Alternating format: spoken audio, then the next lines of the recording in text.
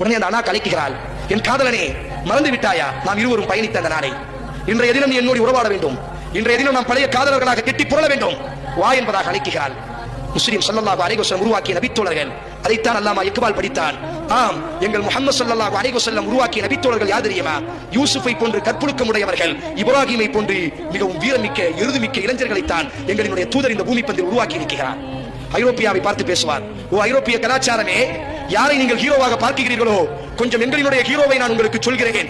எங்கள் முஹம்மது ஸல்லல்லாஹு அலைஹி வஸல்லம் உருவாக்கிய வாலிபர்கள் யார் தெரியுமா? யூசுஃபை போன்று கற்புழுக்கம் உடையவர்கள், இப்ராஹிமை போன்று நெருப்பையும் சுவைப்பதற்கு, நெருப்பு குண்டத்தில் சுவாசிப்பதற்கு தயாரான தலைமுறையை தான் எங்களினுடைய முஹம்மது ஸல்லல்லாஹு அலைஹி வஸல்லம் உருவாக்கினார் என்பதாக அல்லாமா இக்பால் படிப்பார். அதே அல்லாமா இக்பால் கேட்பார், இன்றைய இளைஞர்கள் யூசுஃபை, இன்றைய இளைஞர்கள் மரியமை போன்று ஒழுக்கமுடைய பெண்ணை மனைவியாக அடைய வேண்டும் என்பதாக விரும்புகிறார்கள். ஆனால் இன்றைய இளைஞர்கள் யூசுஃபை போன்று கற்பொழுக்கத்தை பேணவில்லையே என்று அல்லாமா இக்பால் கேட்பார். இன்றைய இளைஞன் எப்படி பார்க்கிறான்? மரியமை போன்று கற்பொழுக்கமுடைய பெண் எனக்கு வேண்டும், ஆனால் இவன் மட்டும் யூசுஃபாக இருக்க மாட்டான்.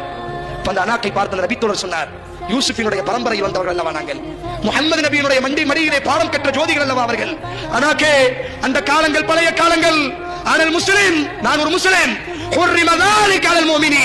அல்லாஹ் எனக்கு மூமின்களுக்கு இதை ஹராமாக்கி இருக்கிறான், அதனால் நான் உன்னோடு விபச்சாரம் செய்ய மாட்டேன்.